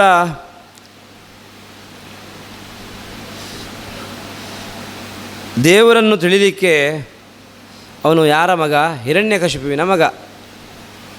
ದೇವರನ್ನು ತಿಳಿಯಬೇಕು ಅಂತಾದರೆ ನಾನು ಬ್ರಾಹ್ಮಣನಾಗಿರಬೇಕು ಅಥವಾ ಋಷಿ ಆಗಿರಬೇಕು, ಪಾಂಡಿತ್ಯ ಬೇಕು, ದಾನ ಧರ್ಮ ಯಜ್ಞ ಇದು ಯಾವುದು ಪ್ರಮುಖ ಅಲ್ಲ. ನಿರ್ಮಲವಾದ ಭಕ್ತಿ ಇತ್ತು ಅಂತಾದರೆ ದೇವರು ಪ್ರಸನ್ನ ಆಗ್ತಾನೆ ಅನ್ನೋದಕ್ಕೆ ಪ್ರಹ್ಲಾದ ಪ್ರೀಯತೆ ಅಮಲಯ ಭಕ್ತ್ಯ ಹರಿರನ್ಯತ್ ವಿಡಂಬನಂ. ಅವನು ಹೇಳ್ತಾನೆ, ದೈತ್ಯರೇ, ನೀವೆಲ್ಲ ದೈತ್ಯರ ಯೋನಿಯಲ್ಲಿ ಹುಟ್ಟಿರ್ಬೋದು. ಅಂದರೆ ನಮ್ಮ ಭಾಳ ಆ ಮಕ್ಕಳಿಗೆ ಹೇಳೋದು, ನೀವೆಲ್ಲ ದೈತ್ಯರ ಯೋನಿಯಲ್ಲಿ ಹುಟ್ಟಿರ್ಬೋದು, ಶೂದ್ರ ಜಾತಿಯಲ್ಲಿ ಹುಟ್ಟಿರ್ಬೋದು, ಗೊಲ್ಲ ಜಾತಿಯವರೂ ಆಗಿರ್ಬೋದು. ಆದರೆ ಭಗವಂತನನ್ನು ಒಲಿಸಿಕೊಳ್ಳಿಕ್ಕೆ ಇದು ಯಾವುದೂ ಕೂಡ ಕಾರಣ ಅಲ್ಲ. ಜಾತಿ, ಕುಲ, ಸಂಸ್ಕಾರ ಇದರ ಬಗ್ಗೆ ನೀವು ಯೋಚನೆ ಮಾಡಬೇಡಿ. ದೇವರಲ್ಲಿ ಭಕ್ತಿಯನ್ನು ಮಾಡಿ, ದೇವರು ರಕ್ಷಣೆ ಮಾಡ್ತಾನೆ ಅಂಥೇಳಿ ದೈತ್ಯ ಬಾಲಕರಿಗೆ ಉಪದೇಶವನ್ನು ಮಾಡ್ತಾನೆ. ಈ ರೀತಿ ಷಂಡಾಮರ್ಕರು ರಾಜೀನಾಮೆ ಪತ್ರವನ್ನು ಕೊಟ್ಟು ಹೊರಡ್ತಾರೆ ಗುರುಕುಲದಿಂದ. ನಮಗೆ ಸಾಧ್ಯ ಇಲ್ಲ ಇವನಿಗೆ ಪಾಠ ಮಾಡಲಿಕ್ಕೆ, ನಾವು ಪಾಠ ಮಾಡಿದ್ದನ್ನು ಇವನು ಯಾವತ್ತೂ ಕೂಡ ಹೇಳುವುದಿಲ್ಲ, ಮತ್ತು ಅವನು ಏನು ತಿಳ್ಕೊಂಡಿದ್ದಾನೋ ಅದನ್ನೇ ಹೇಳುತ್ತಾನೆ. ಹಾಗಾಗಿ ನಾವು ಇನ್ನು ಮುಂದೆ ಈ ಗುರುಕುಲದಲ್ಲಿ ಅಧ್ಯಾಪಕರಾಗಿ ನಿಂತರೆ ಖಂಡಿತ ನಮ್ಮನ್ನು ಹಿರಣ್ಯಕಶಿಪು ಶಿಕ್ಷೆ ಕೊಟ್ಟು ನಮ್ಮನ್ನೇ ಸಾಯಿಸ್ತಾನೆ. ಅದಕ್ಕಿಂತ ನಮಗೆ ಸಂಭಾವನೆ ಸಿಗದಿದ್ದರೂ ಪರವಾಗಿಲ್ಲ, ನಮ್ಮ ಜೀವ ಆದರೂ ಉಳಿಸ್ಕೊಳ್ಳಿಕ್ಕೆ ಸಾಧ್ಯ ಇದೆ ಅಂಥೇಳಿ ರಾಜೀನಾಮೆ ಪತ್ರವನ್ನು ಕೊಡ್ತಾನೆ. ಆ ನಂತರ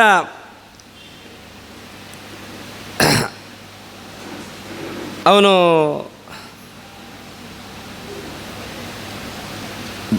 ತಂದೆಗೆ ಪ್ರಶ್ನೆ ಮಾಡ್ತಾನೆ. ನಿನಗೆ ತಂದೆ ಬಂದು ಕೇಳ್ತಾನೆ, ಯಾರ ಬೆಂಬಲ ಇದೆ, ಇಷ್ಟೆಲ್ಲ ನೀನು ಮಾತಾಡ್ತಾ ಇದ್ದೀಯಲ್ಲ, ನಿನಗೆ ಯಾರಾದರೂ ಸಪೋರ್ಟ್ ಇದೆಯಾ ಅಂತೆಲ್ಲ ಕೇಳ್ತಾನೆ. ನಿನಗೆ ಯಾರ ಬಲ ಇದೆ ಅಂತ ಪ್ರಶ್ನೆ ಮಾಡಿದಾಗ ಅವನು ಪ್ರಹ್ಲಾದ ಉತ್ತರವನ್ನು ಕೊಡ್ತಾನೆ. ಏನು ಅಂದರೆ, ಬಹಳ ಬೀಗ್ತಾ ಇದ್ದಿ, ತುಂಬ ನಾನು ಬಲವಂತನಾಗಿದ್ದೇನೆ ಅಂತ ಹೇಳ್ತಾ ಇದ್ದಿ, ಆದರೆ ತಾನು ಚೆನ್ನಾಗಿ ದೇವರ ತತ್ವವನ್ನು ಉಪದೇಶವನ್ನು ಮಾಡ್ತಾ ಇದ್ದಾನೆ. ಸಾಕ್ಷಾತ್ ಒಂದು ಹಿರಣ್ಯಕಶಿಪು ಹತ್ರ ದೇವರ ಬಗ್ಗೆ ಮಹಿಮೆಯನ್ನು ಹೇಳಲಿಕ್ಕೆ ಶುರು ಮಾಡಿದ್ದಾನೆ. ಹಿರಣ್ಯಕಶಿಪು ಇನ್ನೂ ಸ್ವಲ್ಪ ಹೊತ್ತು ಪ್ರಹ್ಲಾದನ ಪ್ರವಚನ ಕೇಳಿದರೆ ಬದಲಾಗ್ತಿದ್ನೋ ಏನೋ, ಅಷ್ಟು ಹೇಳ್ತಾ ಇದ್ದಾನೆ. ನೋಡು, 14 ಲೋಕವನ್ನು ಗೆದ್ದಿದ್ದೇನೆ ಅಂತ ಕೊಚ್ಚಿಕೊಳ್ತಾ ಇದ್ದಿ, 4 ದಿಕ್ಕುಗಳನ್ನು ಜಯಿಸಿದ್ದೇನೆ ಅಂತ ಹಾರಾಡ್ತಾ ಇದ್ದಿ, ಆದರೆ ನಿನ್ನನ್ನು ಮಾತ್ರ, ಪ್ರಹ್ಲಾದ ಹೇಳುವುದು ತಂದೆಗೆ, ನೀನು ಇಡೀ ಜಗತ್ತನ್ನು ಗೆದ್ದಿದ್ದೇನೆ ಅಂತ ನೀನು ಹೇಳ್ತಾ ಇದ್ದಿ, ಆದರೆ ನಿನ್ನನ್ನು 6 ಜನ ಶತ್ರುಗಳು ಒಳಗೆ ಹೊಕ್ಕಿದ್ದಾರೆ, ನಿನಗದು ಗೊತ್ತೇ ಆಗ್ತಾ ಇಲ್ಲ. ಕಾಮ, ಕ್ರೋಧ, ಲೋಭ, ಮೋಹ ಇದೆಲ್ಲವೂ ಕೂಡ ನಿನ್ನೊಳಗಡೆ ಸೇರ್ಕೊಂಡು ಬಿಟ್ಟಿದ್ದಾರೆ. ಅವರನ್ನು ಮಾತ್ರ ನಿನಗೆ ಜಯಿಸ್ಲಿಕ್ಕೆ ಆಗ್ತಾ ಇಲ್ಲ. 10 ದಿಕ್ಕುಗಳನ್ನು ಜಯಿಸಿದ್ದಿ, ಎಲ್ಲರನ್ನೂ ಜಯಿಸಿದ್ದಿ ಎನ್ನುವ ನಿನಗೆ ಭ್ರಮೆ ಇದೆ. ನಿನ್ನನ್ನೇ ನೀನು ಇನ್ನೊಬ್ಬರ ಅಧೀನದಲ್ಲಿ ನೀನು ಬದುಕ್ತಾ ಇದ್ದಿ ಅಂತ. ಅದಕ್ಕೊಂದು ಒಳ್ಳೆ ಕಥೆ ಇದೆ, ಸಂವಾದಿಯಾದಂಥ ಒಂದು ಒಳ್ಳೆಯ ಕಥೆಯೂ ಕೂಡ ಇದೆ. ಏನು ಅಂದರೆ, ಸೆಲ್ಯೂಕಸ್ ಅಂತ ಒಬ್ಬ ಇದ್ದ ಸೇನಾಪತಿ. ಅವನು ತುಂಬ ಅವನಿಗೆ ಗೌರವವಿತ್ತು. ಅವನು ಎಲ್ಲ ಸೇನೆಯನ್ನು ತಗೊಂಡೋಗಿ ಎಲ್ಲರ ಯುದ್ಧ ಮಾಡಿ ಮಾಡಿ ಮಾಡಿ ಎಲ್ಲವನ್ನೂ ದಿಗ್ವಿಜಯವನ್ನು ಸಂಪಾದನೆ ಮಾಡಿಕೊಂಡು ಬರ್ತಾ ಇದ್ದ. ಒಂದು ಪರಿಸರದಲ್ಲಿ ಅನೇಕ ಸಂತರು ಆಧ್ಯಾತ್ಮಿಕ ಚರ್ಚೆಯನ್ನು ಮಾಡ್ತಾ ಇದ್ದರು. ಆ ಸಂದರ್ಭದಲ್ಲಿ ಅವನೇನು ಮಾಡಿದ, ಅಲ್ಲಿ ಹೋಗ್ತಾನೆ. ಹೋಗಿ ತತ್ವಚಿಂತನೆಯಲ್ಲಿ ಕೂತ್ಕೊಂಡಿದ್ದರು. ದಿಗ್ವಿಜಯವನ್ನು ಅಂದರೆ ಸಂಪಾದನೆ, ತಾನು ಎಲ್ಲ ಕಡೆ ಗೆದ್ದು ಬರ್ತಾ ಇದ್ದಾನೆ. ರಾಜನಿಗೆ ಏನು ಗೌರವ ಕೊಡ್ತಾ ಇಲ್ಲ. ಕೆಳಗಡೆ ಎಲ್ಲ ಕೂತ್ಕೊಂಡಿದ್ದಾರೆ, ಚರ್ಚೆ ಮಾಡ್ತಾ ಇದ್ದಾರೆ, ಗೌರವವನ್ನೇ ಕೊಡಲಿಲ್ಲ ಅವನಿಗೆ. ದರ್ಪದಿಂದ ಕೇಳ್ತಾನೆ, ನಾನು ಯಾರು ಅಂತ ನಿಮಗೆ ಗೊತ್ತಿದೆಯಾ ಅಂತ. ನಾನು ರಾಜನ ಬರ್ತಾ ಇದ್ದೇನೆ, ನನಗೆ ಸ್ವಲ್ಪ ಗೌರವ ಕೊಡಬೇಕಾದಂಥ ಸೌಜನ್ಯವೂ ಕೂಡ ನಿಮಗಿಲ್ವಾ ಅಂತ ಪ್ರಶ್ನೆ ಮಾಡುತ್ತಾನೆ. ರಾಜ ಸಂತರು ಹೇಳ್ತಾರೆ, ಇಷ್ಟು ಮಂದಿಗೆ ನೀನು ಯಜಮಾನ, ನಿನಗೆ ಗೌರವ ಮಾಡಬೇಕಿತ್ತು. ನಿನಗೂ ಕೂಡ ಕೆಲವರು ಯಜಮಾನರಿದ್ದಾರೆ, ಅವರೆಲ್ಲರೂ ಕೂಡ ನಿನ್ನ ಪಾದ ಬುಡದಲ್ಲಿ ಬಿದ್ದಿದ್ದಾರೆ. ಆದ್ದರಿಂದ ಯಜಮಾನನಿಗೂ ಸ್ವಾಮಿಯಾದ ನಾವು ನಿನಗೆ ಯಾಕೆ ಗೌರವ ಮಾಡಬೇಕು ಅಂತ ಅರ್ಥವೇ ಆಗಿಲ್ಲ ಅವನಿಗೆ. ಅಂದರೆ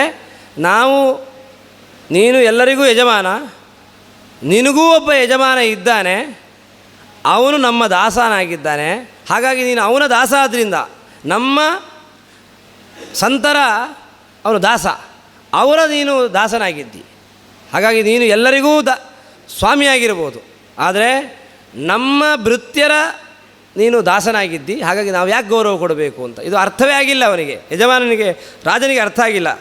ಸಂತರು ಹೇಳ್ತಾರೆ, ನೀನು ನಿರಂತರ ಕಾರ್ಯಭಾರದಲ್ಲಿ ತೊಡಗಿದ್ದಿ, ಒಂದು ಚೂರು ಕ್ಷಣ ಇಲ್ಲ, ಬಿಡುಗಡೆಯೇ ಇಲ್ಲ ನಿನಗೆ, ರಾತ್ರಿ ಇಡೀ ನಿದ್ದೆ ಇಲ್ಲ. ಯಾತಕ್ಕೆ ಇದನ್ನೆಲ್ಲ ಮಾಡ್ತಾ ಇದ್ದಿ? ಕಾಮ ಕ್ರೋಧಗಳಿಗೆ ಒಳಗಾಗಿಕೊಂಡು ನೀನು ಇದೆಲ್ಲವನ್ನು ಮಾಡ್ತಾ ಇದ್ದಿ. ನೋಡು, ಇಷ್ಟೆಲ್ಲ ಯಾವುದಕ್ಕೋಸ್ಕರ ಮಾಡ್ತಾ ಇದ್ದಿ? ಈ ಆಸೆ. ಹಾಗಾಗಿ ನೀನು ಯಾವುದರ ಅಧೀನದಲ್ಲಿದ್ದಿ? ಆಸೆಯ ಅಧೀನದಲ್ಲಿದ್ದಿ.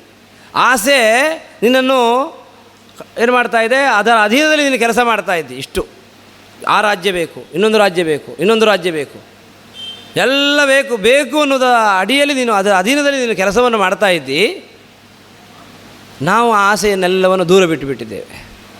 ನಾವು ಯಾವುದನ್ನು ದೂರ ಮಾಡಿದ್ದೇವೋ ಅದರ ಅಧೀನಕ್ಕೆ ಒಳಪಟ್ಟು ನೀನು ಕೆಲಸ ಮಾಡ್ತಾ ಇದ್ದೆ. ಹಾಗಾಗಿ ನಮ್ಮಿಂದ ತಿರಸ್ಕೃತವಾದಂಥ ಆಸೆ ನೀನು ಅದು ನಿನಗೆ ಸ್ವಾಮಿಯಾಗಿದೆ. ಹಾಗಾಗಿ ನಾವು ಯಾಕೆ ನಿನಗೆ ನಮಸ್ಕಾರವನ್ನು ಮಾಡಬೇಕು? ನೀನು ಇನ್ನೊಬ್ಬರ ಅಧೀನಕ್ಕೊಳಪಟ್ಟಿದ್ದಿ, ನಾವು ಅದನ್ನು ದೂರ ಮಾಡಿದ್ದೇವೆ, ನಿನಗಿಂತ ನಾವೇ ಉತ್ಕೃಷ್ಟರು ಅನ್ನೋ ಭಾವವನ್ನು ತೋರಿಸಿ ಅವರೇನು ಮಾಡ್ತಾರೆ, ಮಾತಾಡದೆ ರಾಜ ತಲೆ ತೆಗೆಸಿಕೊಂಡು ಹೊರಟೋಗ್ತಾನೆ. ಅದಾದ ಮೇಲೆ ಅವನು ಕೇಳ್ತಾನೆ, ಹಿರಣ್ಯಕಶಿಪು ಎಲ್ಲಿದ್ದಾನೆ ಜಗದೀಶ್ವರ ಹೇಳು ಅಂತೇಳಿ. ಅದಕ್ಕೆ ಕ್ವಾಸೌ ಮದನ್ಯೋ ಜಗದೀಶ್ವರೋ ಹರಿಹಿ, ಎಲ್ಲಿದ್ದಾನೆ ಹೇಳು.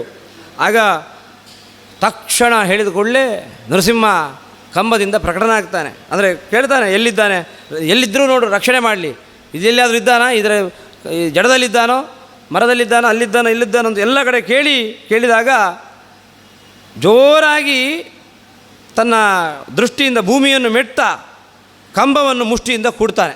ಹಿರಣ್ಯಕಶಿಪು ಎಲ್ಲಿದ್ದಾನೆ ತೋರಿಸು ಅಂತ ಹೇಳಿ ಕೇಳಿದಾಗ, ಸತ್ಯಂ ವಿಧಾತು ನಿಜ ಭೃತ್ಯ ಭಾಷಿತಂ ವ್ಯಾಪ್ತಿಂಚ ಭೂತೇಶ್ವಖಿಲೇಷು ಚಾತ್ಮನಃ ಅದೃಶ್ಯತಾತ್ಯದ್ ಅದ್ಭುತ ರೂಪಮುದ್ವಹನ್ ಸ್ತಂಭೆ ಸಭಾಯಾಂ ನ ಮೃಗನ್ನ ಮಾನುಷಂ.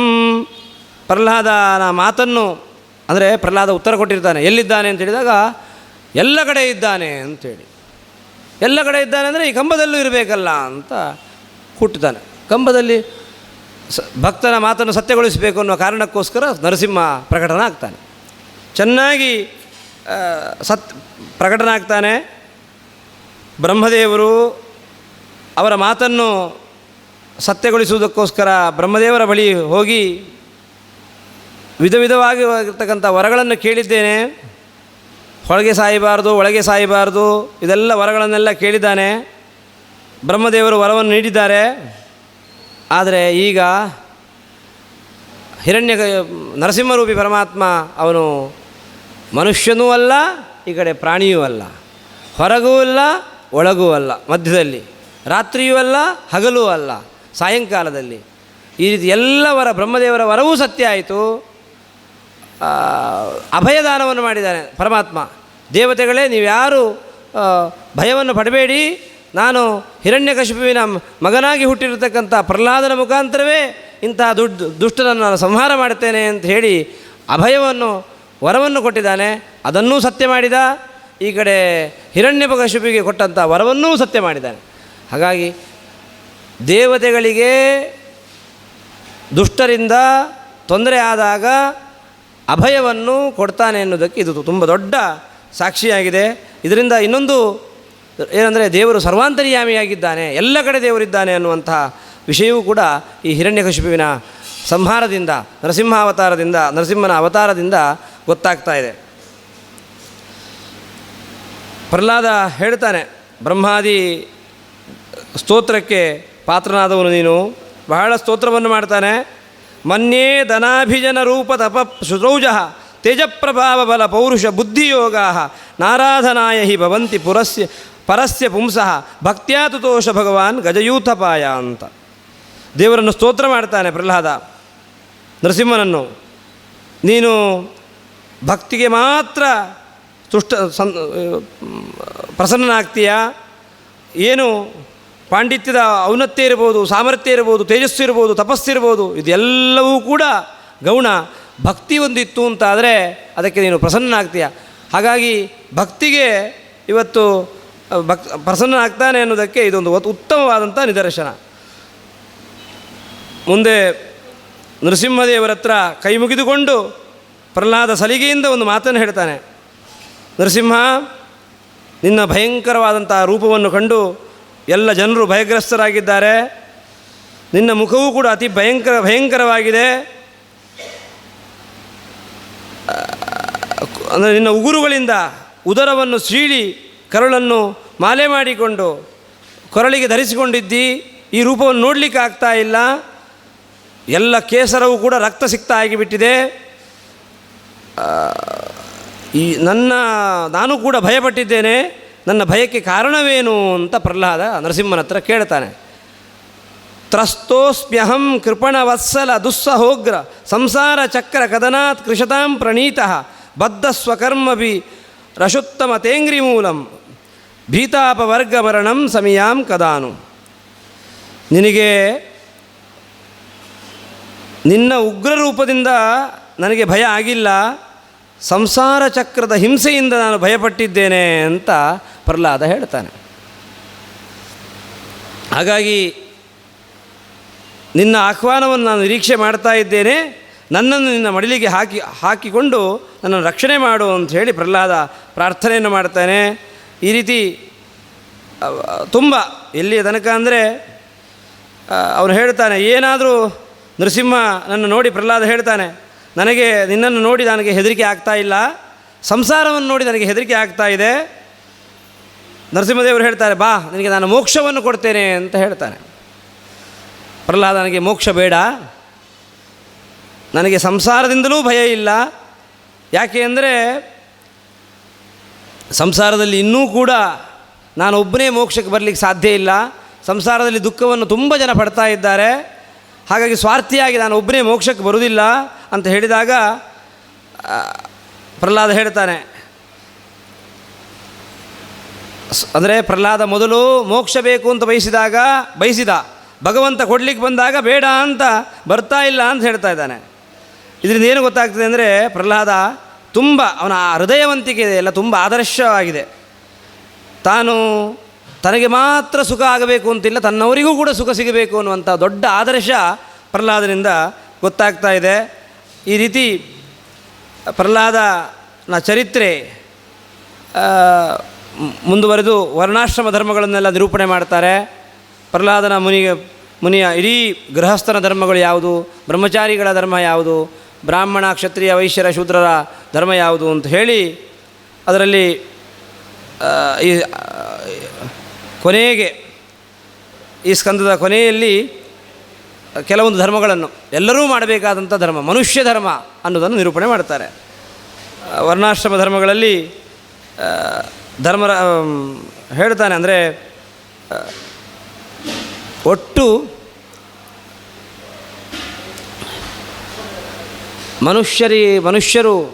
ಮನುಷ್ಯರಾಗಿ ಬದುಕಬೇಕಾದಾಗ ದೇವರಲ್ಲಿ ಸಜ್ಜನರಲ್ಲಿ ಭಕ್ತಿ, ಇದು ಎಲ್ಲರ ಧರ್ಮ. ಅದರಲ್ಲಿ ಅವರ ಧರ್ಮ ಇವರ ಧರ್ಮ ಅಂತಲ್ಲ, ಪ್ರತಿಯೊಬ್ಬರ ಧರ್ಮವು ಸಜ್ಜನರಲ್ಲಿ ಗುರು ಹಿರಿಯರಲ್ಲಿ ದೇವರಲ್ಲಿ ಗೌರವವನ್ನು ವಿನಯದಿಂದ ವರ್ತನೆ ಮಾಡುವಂಥದ್ದು ಇದು ಎಲ್ಲರ ಧರ್ಮ ಅಂತ ಹೇಳಿ ನಿರೂಪಣೆ ಮಾಡ್ತಾರೆ. ಪ್ರತಿಯೊಬ್ಬರ ಗೃಹಸ್ಥರ ಧರ್ಮ, ಸ್ತ್ರೀಯರ ಧರ್ಮ, ಪ್ರತಿಯೊಬ್ಬರ ಧರ್ಮವನ್ನು ಈ ಸ್ಕಂದದ ಕೊನೆಯ ತನಕ ನಿರೂಪಣೆ ಮಾಡ್ತಾರೆ. ಮುಂದಿನ ಕಥಾಭಾಗವನ್ನು ನಾಳೆ ದಿನ ಮುಂದುವರಿಸೋಣ ಅಂತ ಹೇಳ್ತಾ ಪ್ರಾಯ ಅಷ್ಟಮ ನವಮ ಸ್ಕಂದಗಳ ಕಥಾಭಾಗ, ದಶಮ ಸ್ಕಂದದ ಕಥಾಭಾಗವನ್ನು ನಾಳೆ ಮುಂದುವರಿಸೋಣ. ನಾಳೆ 4 ಗಂಟೆಯಿಂದ 6 ಗಂಟೆಯ ತನಕ ಬ್ರಹ್ಮಕಲಶೋತ್ಸವದ ನಿಮಿತ್ತವಾಗಿ ಪರಮಪೂಜ್ಯ ಪೇಜಾವರ ಶ್ರೀಪಾದರು ಹಾಗೂ ಉತ್ತರಾದಿ ಮಠಾಧೀಶರಾಗಿರ್ತಕ್ಕಂತಹ ಸತ್ಯಾತ್ಮಚಿತ್ತ ಶ್ರೀಪಾದರು ಇಲ್ಲಿಗೆ ಬಂದು ಸಭಾ ಕಾರ್ಯಕ್ರಮ ಇರ್ತದೆ. ಅದಾದ ನಂತರ 6:30ಯಿಂದ 7:30 ತನಕ ಸಪ್ತಾಹ ಭಾಗವತ ಕಾರ್ಯಕ್ರಮ ಇರ್ತದೆ. ನಾಡದ್ದು ಬೆಳಿಗ್ಗೆ ಪರಮಪೂಜ್ಯ ಪೇಜಾವರ ಶ್ರೀಪಾದರು ಕಲಶಾಭಿಷೇಕವನ್ನು ಮಾಡಿ ಪೂಜೆಯನ್ನು ಮಾಡ್ತಾರೆ. ಅದಾದ ನಂತರ ಬೆಳಿಗ್ಗೆ ತೀರ್ಥಪ್ರಸಾದಕ್ಕಿಂತ ಮುಂಚೆ ಸ್ವಲ್ಪ ಹೊತ್ತು ಕಥಾಭಾಗದ ಮಂಗಲ ಸಮಾಪ್ತಿ ಕಾರ್ಯಕ್ರಮ ಇದೆ. ಎಲ್ಲದರಲ್ಲೂ ಕೂಡ ನಾಳೆಯೂ ಕೂಡ ಇಲ್ಲಿರ್ತಕ್ಕಂಥ ಎಲ್ಲ ಸಜ್ಜನ ತಿಳಿಸಬೇಕು, ಇಂಥ ಕಾರ್ಯಕ್ರಮದಲ್ಲಿ ಭಾಗವಹಿಸಬೇಕು ಅಂತ ಹೇಳಬೇಕು. ಎಲ್ಲರಿಗೂ ಸ್ವಾಗತವನ್ನು ಹೇಳ್ತಾ ಇವತ್ತಿನ ಕಥಾಭಾಗವನ್ನು ಕೃಷ್ಣಾರ್ಪಣೆ ಮಾಡ್ತಾ ಇದ್ದೇನೆ. ಕಾಯೇನ ವಾಚ ಮನಸೇಂದ್ರಿಯೈರ್ವಾ ಬುದ್ಧ್ಯಾತ್ಮನಾಭಾ ಪ್ರಕೃತೆ ಸ್ವಭಾವಾತ್ ಕರೋಮಿ ಯದ್ಯ ಸಕಲಂ ಪರಸ್ಮೈ ನಾರಾಯಣಾಯೇತಿ ಸಮರ್ಪಯಾಮಿ. ಶ್ರೀಹರಿಕೃಷ್ಣಾರ್ಪಣಮಸ್ತು.